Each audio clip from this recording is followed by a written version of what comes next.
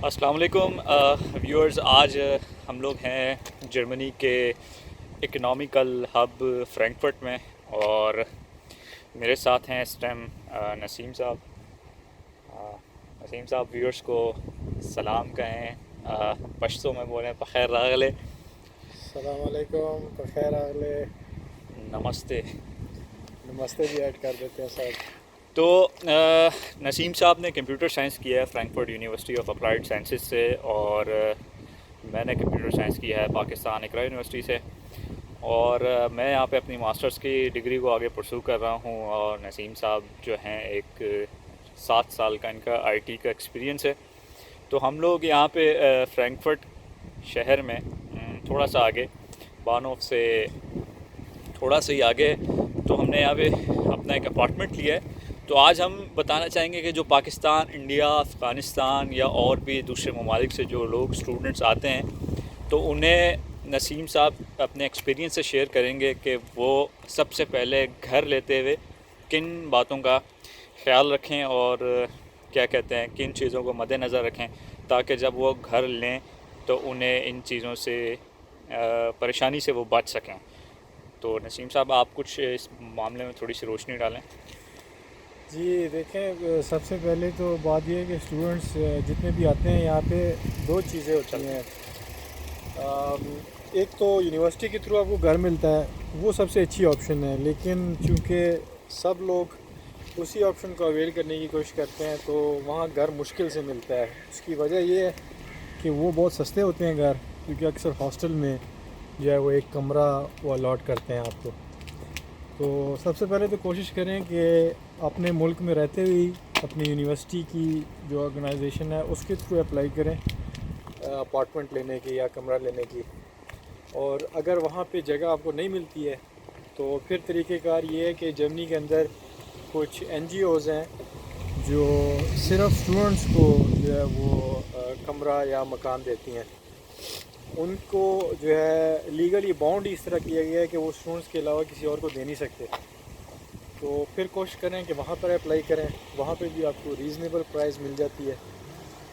और अगर वहाँ भी बात नहीं बनती तो उसके बाद फिर आप प्राइवेट की तरफ जाएं, क्योंकि प्राइवेट में नुकसान ये है कि बहुत महंगे होते हैं यहाँ पे घर।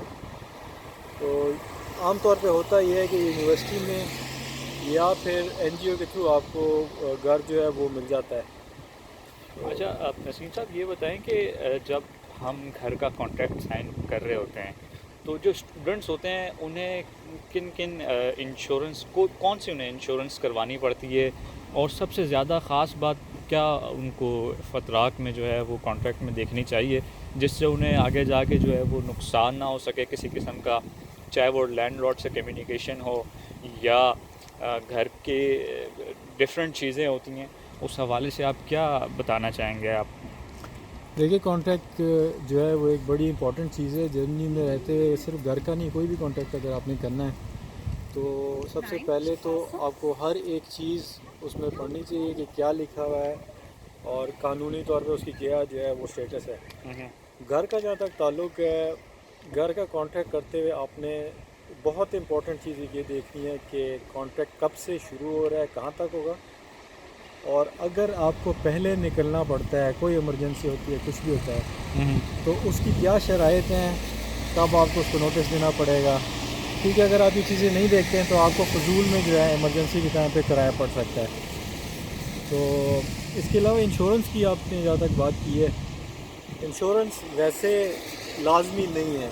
कुछ इंश्योरेंस है जो लाजमी होती हैं, लेकिन घर के ताल्लुक़ तक इंश्योरेंस लाजमी नहीं है।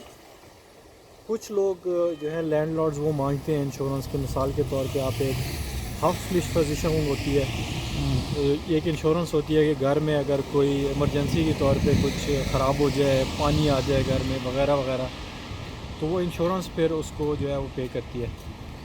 तो बाकी कोई इंश्योरेंस लाजमी नहीं है सिवाय हेल्थ इंश्योरेंस के जर्मनी में, जो आपको लाजमी करानी पड़ती है। और इसके अलावा एक गाड़ी की भी इंश्योरेंस है जो लाजमी होती है। तो इन दो इंश्योरेंस के अलावा कोई जो इंश्योरेंस है वो लाजमी अच्छा, नहीं। अगर इसमें लैंडलॉर्ड के साथ कोई डिस्प्यूट हो जाए, मिसाल है कि हमने एक फ़तराक साइन कर दिया है, साइन करने के दौरान जो है अब हमारी उस लैंडलॉर्ड के साथ कोई डिस्प्यूट हो गया है तो उस डिस्प्यूट को रिज़ॉल्व करने के लिए क्या होती हैं शराइत? बेसिक डिस्प्यूट्स यहाँ पे क्या होते हैं, स्टूडेंट्स के पर्पस को देखते हुए बताइएगा, क्योंकि उन्हें काफ़ी इस सेंस में मुश्किलात का सामना करना पड़ता है कि अगर लैंडलॉर्ड उन्हें किसी किस्म का कोई थ्रेट दे दे या कुछ इस तरह की चीज़ दे दे जिससे स्टूडेंट, ज़ाहिर है उनके पास इतना राइट्स नहीं होता और ना ही वो मतलब यूरोपीय यूनियन से बिलोंग करते हैं कि वो अपने राइट्स के बारे में कुछ इस तरह कर सकें। तो इस सेंस में आप क्या समझते हैं, क्या उन्हें सिचुएशन को किस तरह से रिज़ॉल्व करना चाहिए? इसमें ये है कि आमतौर पे होता ये है, एनजीओस तो ऐसे नहीं करती, लेकिन जहाँ पे आपको प्राइवेट घर लें तो मालिक मकान आमतौर पे बाज़ चीज़ों में प्रेशराइज़ करते हैं, क्योंकि उनको ये चीज़ पता होती है कि ये फॉरेनर्स हैं, स्टूडेंट्स हैं, इनको ज़्यादा उसका नहीं पता, अपने राइट्स का नहीं पता या मजबूर हैं।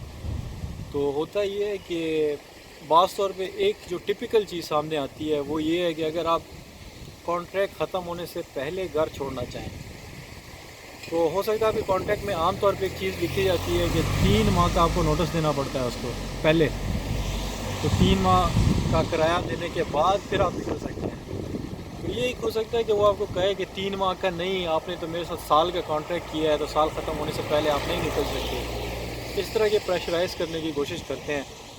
तो वहाँ पे एडवाइस ये है कि वहाँ दबना नहीं चाहिए, जो लीगल एक एडवाइस है वो लेनी चाहिए इस मामले पे, और उसके लिए यहाँ पे जो है वो कला जो है वो अवेलेबल हैं। ज़रूरी नहीं कि आप किसी बहुत महंगे वकील के पास जाएं, थोड़े पैसे लेके भी जो है वो वकील आपको मशवरा दे देते हैं। तो दबना नहीं चाहिए इस मामले में। बहुत शुक्रिया नसीम साहब, आपने काफ़ी गहरी नज़र डाली है इन चीज़ों के ऊपर। तो कोशिश करेंगे हम कि इसमें मज़ीद अगर किसी के कमेंट्स में कोई सवाल आते हैं तो आपसे उसको रिज़ॉल्व करवाने की कोशिश कर सकें। तो घर में जो इनिशियल चीज़ें होती हैं, फॉर एग्ज़ाम्पल जो स्टूडेंट्स नए आए हुए होते हैं या जिन्हें इन मामलात के बारे में नहीं पता होता कि यार मैट्रेस कहाँ से लेना है, और या जो घर की छोटी मोटी अशिया होती हैं वो कहाँ से लेनी है, तो उस हवाले से बताएं कि वो लोग कहाँ से आके अपने कम पैसों के अंदर अपनी रोज़मर्रा की और ज़रूरियात ज़िंदगी की चीज़ें पूरी कर सकते हैं। उसमें ये है, देखें बजट हर किसी के पास ही लिमिटेड होता है, चाहे वो ज़्यादा काम अच्छा करता हो या स्टूडेंट हो। तो कुछ मार्केट्स हैं जहाँ पे कुछ अच्छी इकोनॉमिक मार्केट्स हैं, कुछ महंगी हैं।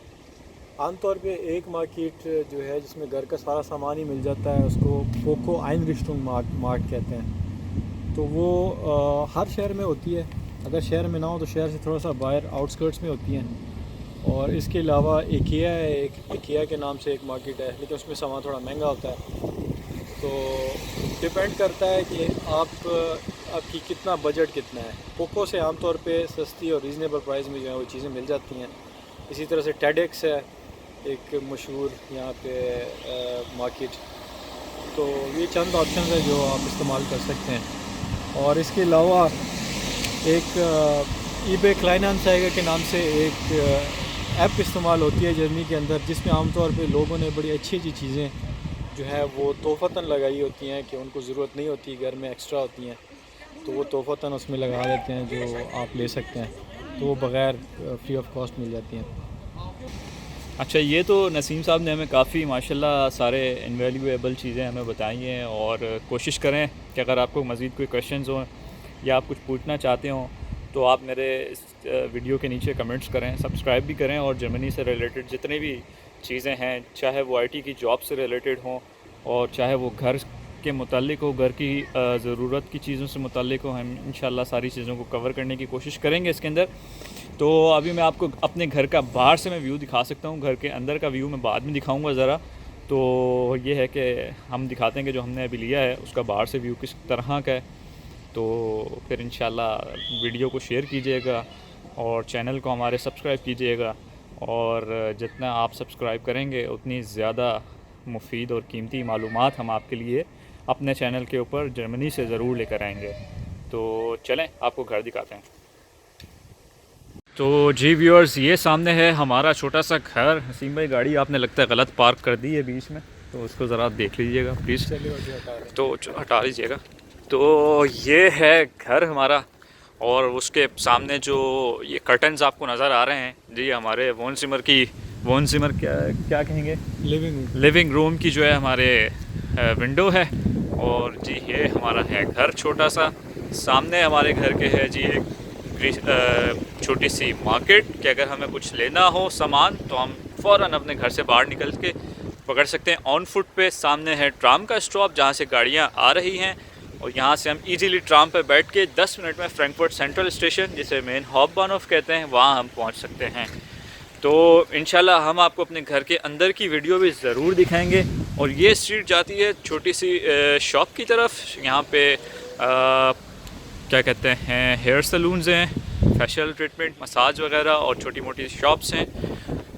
तो ये है जी हमारा छोटा सा घर फ्रैंकफर्ट सेंट्रल स्टेशन से बिल्कुल करीब। तो चैनल को सब्सक्राइब कीजिएगा, वीडियो को शेयर कीजिएगा, और इंशाल्लाह जब आप सब्सक्राइब करेंगे और वीडियो शेयर करेंगे तो इसी तरह मज़ीद मालूमात आपके लिए लेकर आते रहेंगे। तो मिलते हैं नेक्स्ट वीडियो में। अल्लाह हाफ़िज़।